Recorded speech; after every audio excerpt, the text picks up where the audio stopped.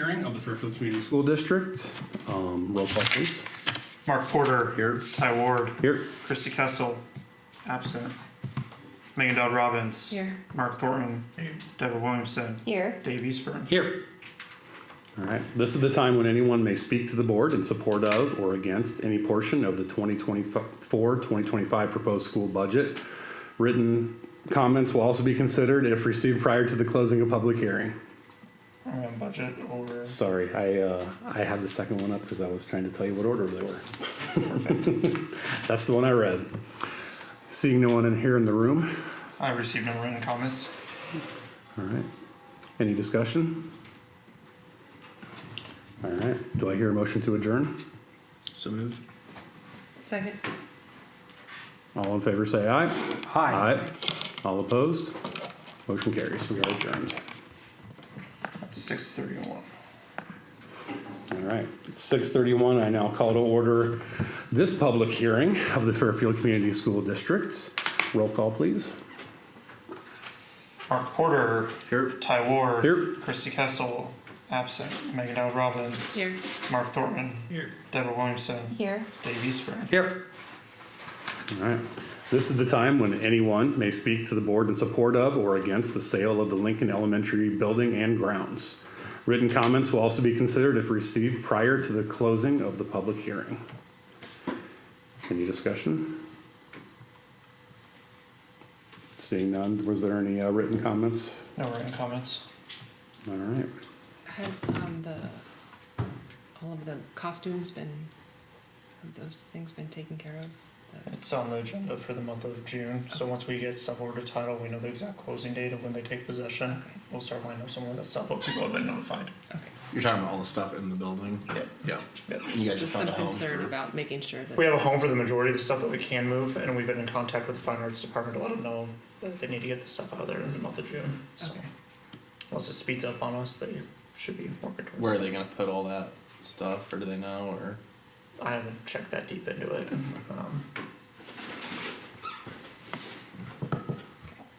All right. I'm assuming you're gonna have it taken care of, so. Do I hear a motion to adjourn? So moved. Second. All in favor say aye. Aye. All opposed? We are adjourned. All right.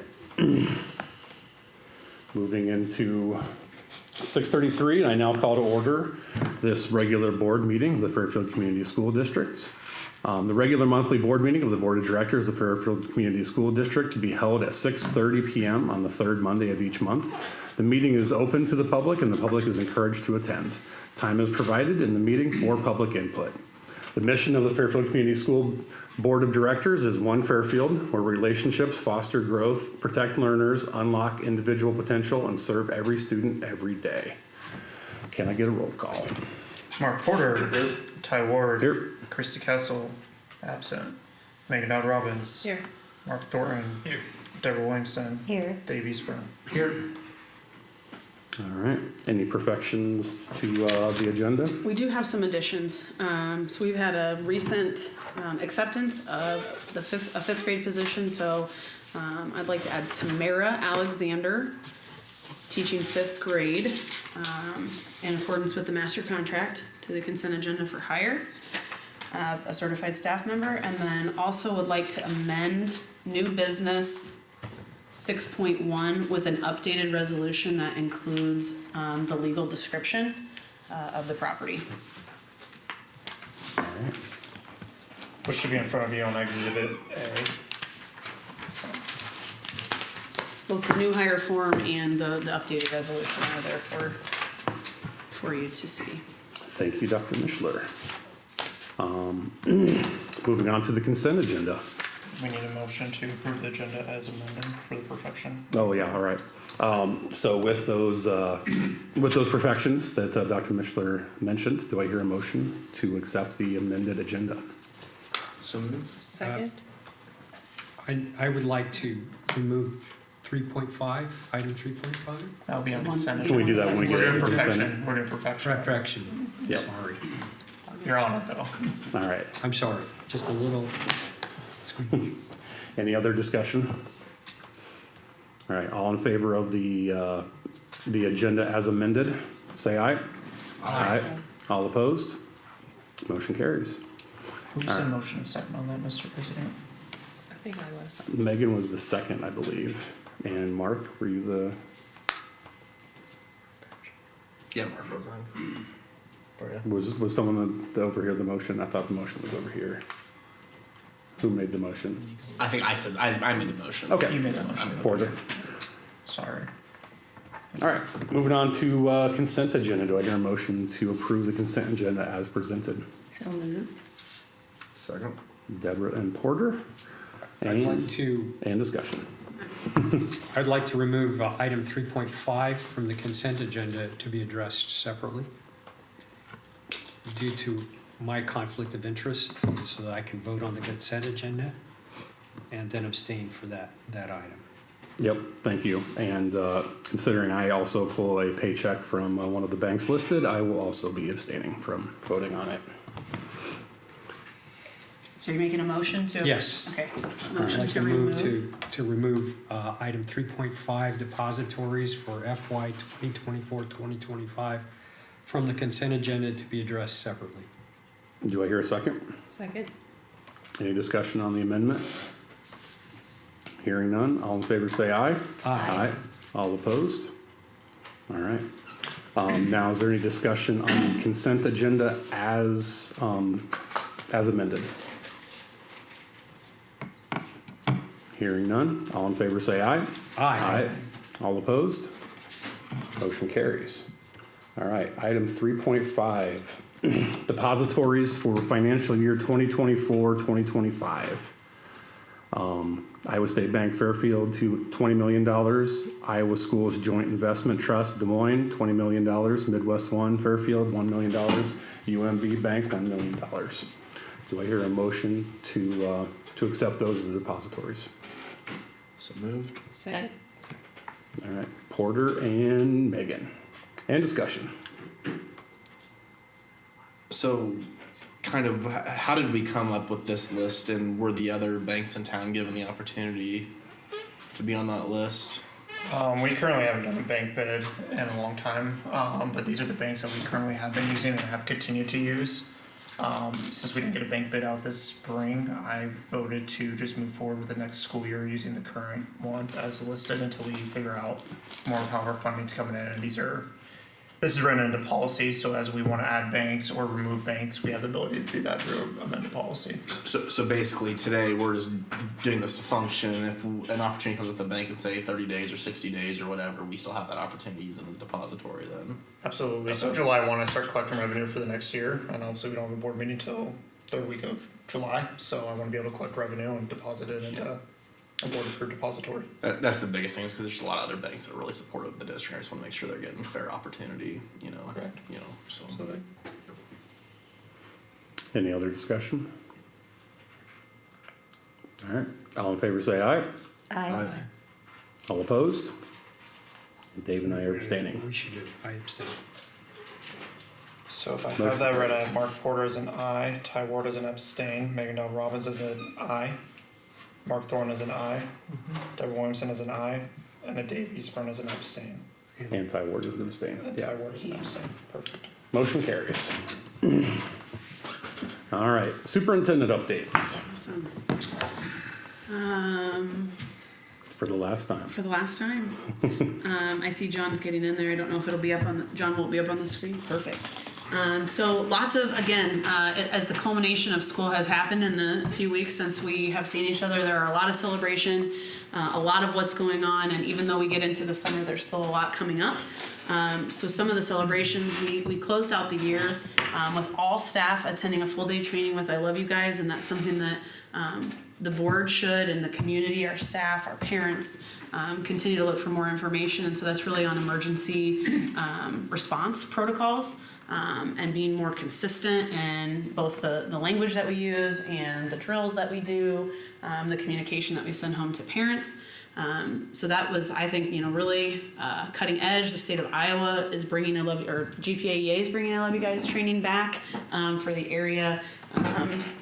kind of like a train the trainer sort of model, but we put all of our staff through it, and so they got to hear that training firsthand, and we'll look to roll that out in the fall.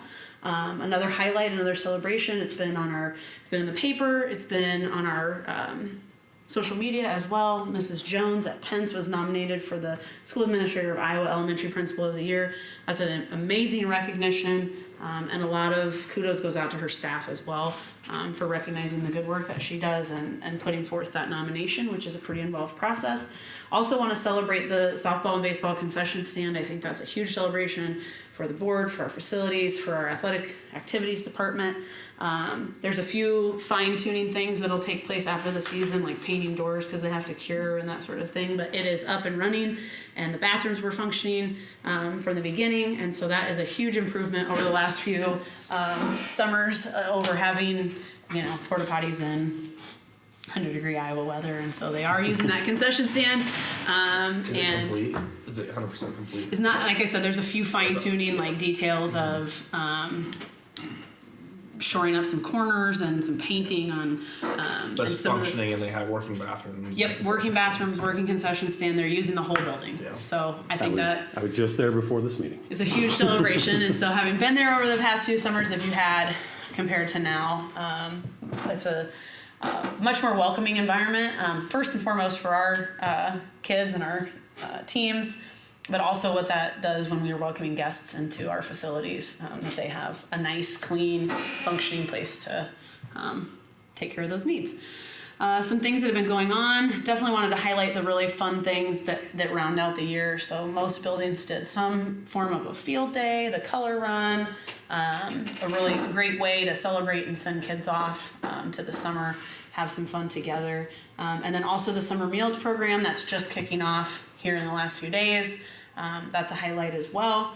Some things that are coming up, the summer enrichment program that we've discussed at the board table in the past, that starts at Pence next week. Credit recovery or summer school at the high school actually started today. Both of those run then through the end of the month.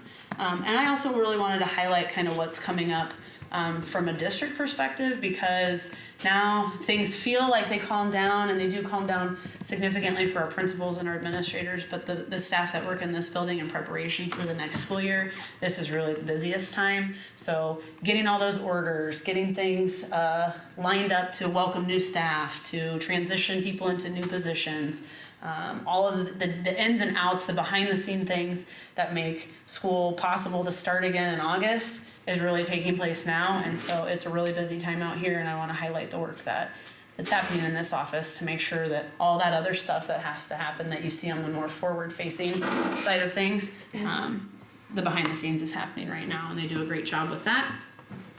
I always like to report out on those goal areas. I would say just in reflection from a year ago to where we are today around our portrait of a Trojan, I feel very proud of the work that the staff, our community, the partnership that we had both with Battelle, and then how the Donovan Group has been able to take some of that branding and marketing and really create a unified brand around this visionary, these visionary competencies. And we were able to dive down into one of those competencies or those enduring skills around collaboration. And I think that's something for the board to really look forward to in the coming year or two, as they kind of iron out what the explicit instruction around those other competencies look like, and how we build those enduring skills in our students, how we model those as staff, and really drive that vision of what it means to be a Trojan. I think then also the time in buildings and the community building. I know I said this 2 weeks ago, and I'll just say it one more time. This goal around visibility and both community building and in the buildings is something that I will take with me. I'm very grateful that this was the goal that we set from the beginning of the year. I think it has really helped me be intentional with the time and the looking for opportunities to invest in the community, to connect with community members, and also then at the buildings like the Trojan Pride Fridays, starting there on Fridays. That was a direct kind of connection to that goal at the beginning. And those are things that I have found so valuable and meaningful that I plan to take that with me. And I would offer that as, consideration as you move forward too, that those, for me, they've been very helpful to chart that in my Google Calendar and to look for intentional ways to be present in the buildings, to be present at community events and look for those partnerships. Finally, the challenges and solutions is really around hiring and really preparing for the kickoff of the next school year. So how do we continue to get out there and recruit for those high need, hard to fill positions? Those are still around special ed, still around science. Everything else is looking a little more settled with prospects on the horizon if there are still open positions. And then along with that comes the onboarding and transitioning. So for our staff members that are taking on new roles or whose roles look different because we've reduced several positions, so that impact is kind of yet to be seen, and how that impacts the start of the school year and what that looks like as you roll around to November, December, January, what that impact actually feels like to the staff that remain, as well as we have staff every year that transition from one building to another building, or one grade level to another grade level, content area to a new content area. That's really normal for this time of year, but is definitely something to be intentional about and helping people make those transitions successfully. So it's been a great year. I would also just take this opportunity to thank the board for their support and for the opportunity that I've had over the last year. It's been a year of incredible learning for me, for all of us, and kind of going through and navigating some of those really difficult things. But I'm grateful for it, and we'll take those lessons with me, and we'll continue to root for Fairfield from afar. Thank you. Can I just ask one quick question Sure. on the hiring? Since there's so much transition happening at this point with, HR director leaving and you leaving and new superintendent coming in, I guess I just want to, how is the handoff happening with these positions? And is it just on the buildings then until kind of Zach comes in, or? It really is largely on the buildings to fill the teaching positions. It's of course collaborative, and there is a process for posting open positions, and that's sort of worked out. But for the active recruitment, it is all hands on deck. But primarily that does fall on the principals to know what the needs are in their building and to help find those potential applicants, to recruit those. We do everything from cold calling, and I know I've said multiple times, I'll say it again, the best marketing that we have are our current employees that work here, that know the experience day in and day out to recruit friends. And the reality is it gets tougher as the summer goes along. We're early June. It's not uncommon at this time to have a few positions that are unfilled, or for there to be a little bit of shifting here and there. So from the get-go, and it continues to be a couple of special education positions and a couple of science positions that are the toughest. We're not alone in that. I don't know what I would wager on this, but if you were to look at all 300 plus districts in the state and get feedback on how many are fully staffed in special ed, I think it would be less than a majority. So it is a challenge across the state. And what that looks like as July and August goes around, I think that will be, there's creative ways that we've done things in the past, and maybe looking at. I've seen some districts putting out, bonuses, those sorts of things. Are we able to consider anything at this point to reach out and get those science positions and special ed positions? Bonuses are something that we have talked about for several years. Mm-hmm. Like anything that we want to try, there are pros and cons to all of that. We have not offered sign-on bonuses as past practice. I don't know if that will be continued practice. And the main reasons for that is around continued value of our employees that work here. And some districts do that where you stay 2 years and you get the first lump year one, the second lump year two, and then what do those employees do after that?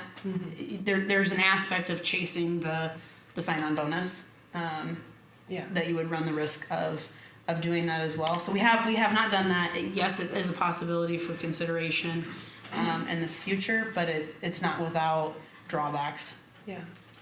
how many empty positions do we have currently? And with changing of administration, between the principal at the high school and then changing the superintendent, how are we handling those responsibilities to make sure that that's being filled Yep. fully throughout the summer, I guess? So I would say, okay, so we have a currently kindergarten position, a 6th grade ELA position, middle school vocal, 8th grade science, and then we have a high school science, 2 high school special ed.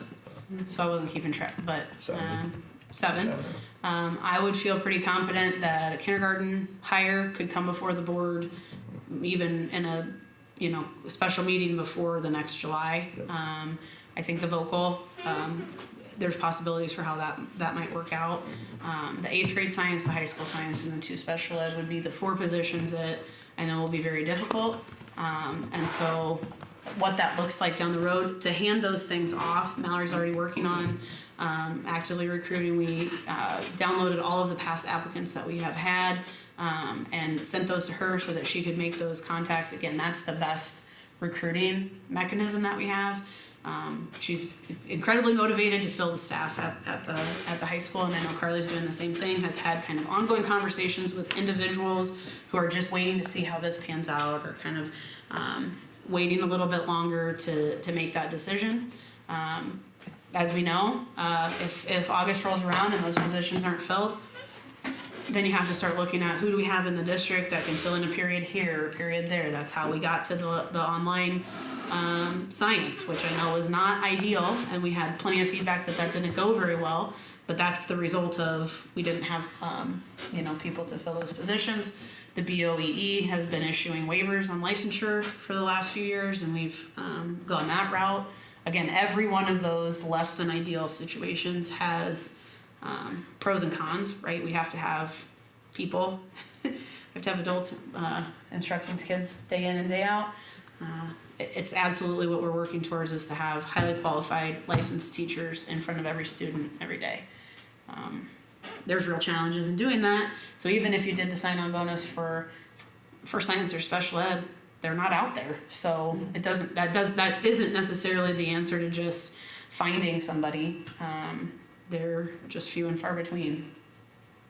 And now you're getting closer to where most districts have issued contracts, and people are kind of getting settled in at this point. So it just gets that much harder. But people come out of I don't know. Things happen in July too, where it's like, oh, all of a sudden we got a lead on somebody. So obviously as time goes on, it does get harder, but it's not dire at this stage. So.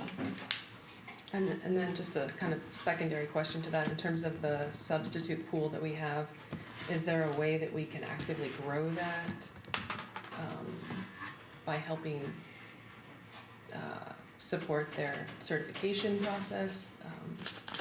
I think the certification process, that was also something that not just we didn't really have the conversation so much around subs, but also just around the hard to find licensed teaching areas as well. So like what's the balance between supporting teachers' investment in themselves to gain more endorsements, to take a conditional for special ed? What aspect of that do we support? Do they invest in? How do we make that work in a consistent way, fair, if you will? So to start that, then you're going to have, that hasn't been our past practice, and so that's just, again, doesn't mean not to do it. I think that probably is an option on the horizon. Like what could we even partner with the AEA to help license more subs? We put out in the past, as those courses are offered, there are times where they're free or highly discounted, and we've connected people to the sub authorization, typically either through Indian Hills or through the AEA. And so that's a way that we advertise or push that stuff out, like social media wise, or our staff can connect people to that. So yes, there's some aspect of a lot of that has happened systematically to actually develop a process. That would be an opportunity to maybe dive deeper in the future, because the shortage challenge isn't just, it's not like, oh, we just need to weather a year or two and then there's a solution on the horizon. I think you're gonna have to develop those solutions, and it's just highly competitive. Mm-hmm.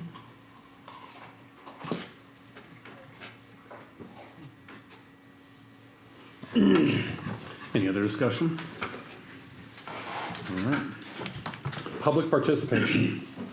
You don't have to read it, we don't have any. Okay. You've done it every meeting, I'm not going on your copy for the whole thing, so. I'll save my voice then. All right, thank you. All right, moving on to new business. New business 6.1, resolution for a conveyance of real property. Do I hear a motion to approve the conveyance of real property as amended to include the legal description of the property? So moved. Second. Porter and Eastburn. And discussion. This has to be by roll call, it's gonna be slow, because I have to do it by paper, so I mail it to the attorneys, so just a heads up. All right. Any discussion on it? So basically, there's nothing major here, just basically. No, so the only thing that really changed is if you look at Exhibit A, that is the legal definition of this property. So we were waiting on a legal description, we finally got the exhibit drafted by the attorneys. Fun fact, I went through a lot of safe deposit boxes and I could not find when we acquired the property to draft one, so we need to get a new one. Thank you. Well, thanks for looking for that. Sounds like that would have been fun. So I like whole history, you guys every board. All right, any other discussion? Is this the, actually I have some, is this the last step of this process? Are we done after this, or? Yes and no, so this is the last step for the board, so once this is complete, is approved, we send all this document off to the attorneys and it turns into like kind of a traditional mortgage. We get into title review, closing documents, accepting the cash, depositing the cash, turn over the keys. Kind of that kind of process, but this is the last step to move forward with. Awesome. Well, it feels good to get this off our books. Any other discussion? Seeing none, all in favor say aye. Roll call. Aye. Oh, roll call vote, please. Megan Dow Robbins, Yes, aye. Dave Eastburn, Yes. Ty Ward, Yes. Mark Porter, Yes. Mark Thorian, Yes. Deborah Williamson. Yes. Passes 6-0. Perfect. All right, moving to 6.2, budget fiscal year 24. Do I hear a motion to approve the amended budget for fiscal year 24? So moved. Second. Eastburn and Thornton. And discussion. So what other expenses did you adjust for this? So the three categories that kind of got adjusted is, so a lot of things were allocated under other expenditures, which would be things like we were expecting a higher expense in open enrollment, which we did not have. We were expecting more facilities acquisition, which we actually did the exact opposite. Some other expenses that were adjusted is, Dr. Michelin and myself were really watching our purchase order system this year on supplies that was needed versus not needed, and encouraging people to look in their own areas to make sure we had stuff before we ordered additional areas. A lot of it just also got stalled because we were going through the whole budget thing, trying to create to see even exactly where we were at. So we were very, what was the directive we got in October? To maintain what we currently have done. So a lot of things that we were planning on increasing, we actually got a reverse directive to just maintain what we've been doing, which allowed some money to open up. So some of the things we prioritized was instruction, support services, and efficiency to help us draft what ended up being your guys' ultimate budget recommendation as well. So we allocated those other expenditures into instructional support, support services, which is our support staff, paras, hourly, and then the efficiency, non-instructional. So Diligent for you, some of the frontline tools, all while staying in the grand total budget of, I think it was 27 million and some change. So we did not go over in any category, we just reallocated where we prioritize our money this year, which is very, very common. I wanna warn the board, this is gonna happen probably almost every year, at least as long as I'm in the seat. These priorities change throughout the year. For example, I'll give you one for next May already. I'm gonna bring an amendment to you guys for a budget that we just approved because we were awarded a $200,000 safety grant. I did not budget for a $200,000 expenditure or the revenue. That's gonna cause me to do a budget amendment. On a good side, it's money in, money out, but now we have to allocate it to the right lines, so. Okay. It's very, very common. Thank you. Awesome. Any other discussion? Seeing none, all in favor say aye. Aye. All opposed? Motion carries. All right, 6.3, renewal of insurance policies. Do I hear a motion to approve the school business official to work with the insurance company on renewing various policies with premiums up to $575,000 or a 15% increase, ensuring coverage is bound before the July 1st, 2024 effective date, with the final proposal to come at a later date for approval? So moved. Second. Porter and Eastburn, and discussion. So basically, we're just telling you, please go negotiate for us. Exactly. So actually, I met with the insurance agent on Friday. He brought me a proposal, which is actually what I attached to this agenda for you guys to review. I was not pleased with the initial proposal. I thought some areas were high. I thought we could do a little bit more shopping around, so I sent them back to the drawing board. The problem with that is we don't have a meeting till third week of July. New Year starts July 1. So I said, what can we do to make sure things can be backdated once we're in agreement in case something were to happen July 1? He said, bring this motion before the board, give me the directive to not exceed 575,000, 15%. Where did the 575,000 come from? That's exactly if we remain status quo where we're at today, how much it would cost us to renew it, which is where that number kind of came from. So pretty much the long story is I was not pleased with the initial proposal based off my initial guidance. So we sent back to the drawing board and we're gonna do things of more uniformed deductibles. So all buildings, what I have them run numbers on right now is $100,000 deductible for any big damage to a building. That's every single building, because when I look at it, we're looking at some middle school stuff right now. It's $1 million project. So $100,000 or $10,000 at some point, if our whole building's wiped out, we're probably bonding anyways and trying to figure out a scenario. With that being said, we had half the interest in the early retirement program this year in the management fund. With half the interest, I have a little bit of cash in my management levy to sustain the increased deductibles, which will save the taxpayers on the premiums on the backside. So I'm just kind of increasing deductibles across the board from like 1,000 to 2,500 in some categories, while also looking at our excess liability insurance very heavily. And for those of you guys that don't know, the excess liability is what protects myself, Dr. Mishler, our teachers, and everyone else if we were to get into, I'll say the L word, but lawsuit or anything like that. We have liability coverage up to $15 million. So we're addressing that based on our claim history. And as you can see, we had one claim in vehicle and auto, so I decided, you know, I could sustain maybe $5,000 deductible there while lowering deductibles in other areas. So Thank you for doing that. Yeah. Any other discussion? Seeing none, all in favor say aye. Aye. Aye. All opposed? Motion carries. All right. 6.4, board policies. Do I hear a motion to approve board policies at the first reading? So moved. Again. Porter and Thornton. And discussion. Bye-bye COVID. So this is, the first reading is elimination of this policy. Okay. Any other discussion? All in favor say aye. Aye. Aye.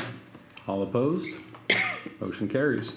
Do I hear a motion to approve board policies at the second reading? So moved. Second. Megan and Porter. And discussion. I would like to jump in very quickly Please do. to highlight the work that Tracy and Chris have done this year in getting all of these policies, that COVID one's intentionally coming before you in July for that second reading. Otherwise, all policies that were out of date have been updated to the absolute best of our ability in tracking the 480 plus policies that we have. And that was no small feat. To go through and work through all of those. And so I think, I mean, I just would like to highlight their work in doing that and also highlight for the board that starting fresh then in July, working towards just getting on that 5-year cycle that lines up with the IASB primer, however you say that. Because it is, one of those key board responsibilities around policy. And so being on a more concrete, consistent schedule hopefully will allow you all to dive into those a little deeper and really understand what those policies say and spread them out. But, you know, there's a certain number that have to be done every year. Those will come up early in the year, and it is just a big undertaking to keep up with almost 500 policies. That's 100 a year if you're, you know, just trying to even those out. So I just, again, want to highlight the work that they've done and really appreciate that the board's in good shape with having those all updated.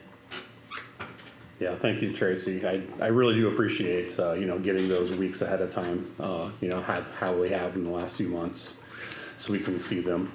It's awesome. It's been a big improvement. Any other discussion? All right, seeing none, all in favor say aye. Aye. Aye. All opposed? Motion carries. All right, moving on to highlights. Start over with Megan this time. Your hat? Summertime hat. I like it. What's that for graduation? Yeah, gosh, this is very brief from today, highlights. Yeah. I guess just, I'll just appreciate everyone here and Dr. Mishler. It's been great to learn along with you over the last year. It's an interesting process. Thank you. Dave? Yes, highlight for me is, I just want to thank Dr. Mishler on the last meeting. I think that we all owe her a debt of gratitude for what she's done. Stepped in as an interim in a very, very tough situation with a lot of grace and a lot of courage, and got us through the budget process with a bottom-up program budget process, and got a PEPA levy through with almost 67% approval rating. And I just want to thank her for that and recognize her for that, and also for me personally, and hope the rest of the board to wish you well Thank you. in your new endeavors and at Central DeWitt. Thank you. We'll be cheering from afar. There you go. Deborah? Sad to see you go. I'm happy for your next journey, and I really appreciate you sharing your takeaway, because it feels like we really became a good team, and it's nice to have that to transition to our new superintendent and say, listen, this was a good thing. We want to keep doing this. Yeah. Thank you. Thornton? Obviously, ending the school year is always a big success. Getting through a whole year and getting through graduation, all that fun stuff. So, like everybody else did, thanks for stepping in, getting us through all of the fun times, I guess we'd call them nowadays, as we look back on them and all the things we learned and grown as you took on a whole new endeavor and with a whole new half board. So, yeah, just thanks and good luck up in DeWitt. Thank you. So you were in purple, so hopefully I didn't do that on purpose. She's already Is that transitioned. their school colors? Ouch. That just shows that it's a good transition. It's a That good was transition. not. Play them as sports. What's that? Can we play them as sports? Yeah, at Busch Stadium this next weekend. Yeah. Really? Wow, Yeah. that's ironic. Wow. Yeah. Interesting. Porter? I'd like to echo everything everyone else said. You know, first of all, just the end of the school year. You know, the fact that we got through the school year is a huge success. You know, and the other thing is just, you know, in the 2 years that I've been on this board, I've watched staff go from the assistant principal at the high school up to being a superintendent here, and going on to being a superintendent at Central DeWitt. And like I said, I'm very proud of her, the way that she stepped in this year. I think she's done a great job, and I'm really excited for her future, and just really want to say thank you for everything that you've done. So. Yep. Yep, and I get to echo everybody else too. It's been a real honor, you know, getting to work with you for these last few years, and especially this year when as superintendent. when we take our kids on walks through the park, we always tell them to leave it better than you found it, and you're definitely doing that with this district. From moving us from a new budgeting system to the reduction to the Pepple bond passing to leading us into a new bonds for the new middle school. Portrait of a Trojan, all that, there's, our district, we have, a lot of little drama, but your leadership is getting very big things accomplished, which has been great. And I know that me and you have talked a lot about, my personal mantra in my companies is being, hire good people and watch them do great, let them do great things. And, well, you're definitely good people, and I can't wait to watch you do great things. And Fairfield will miss you, and good luck. And with that, do I hear a motion to adjourn? So moved. Second. Porter and Thornton. All in favor say aye. Aye. All opposed? We're adjourned.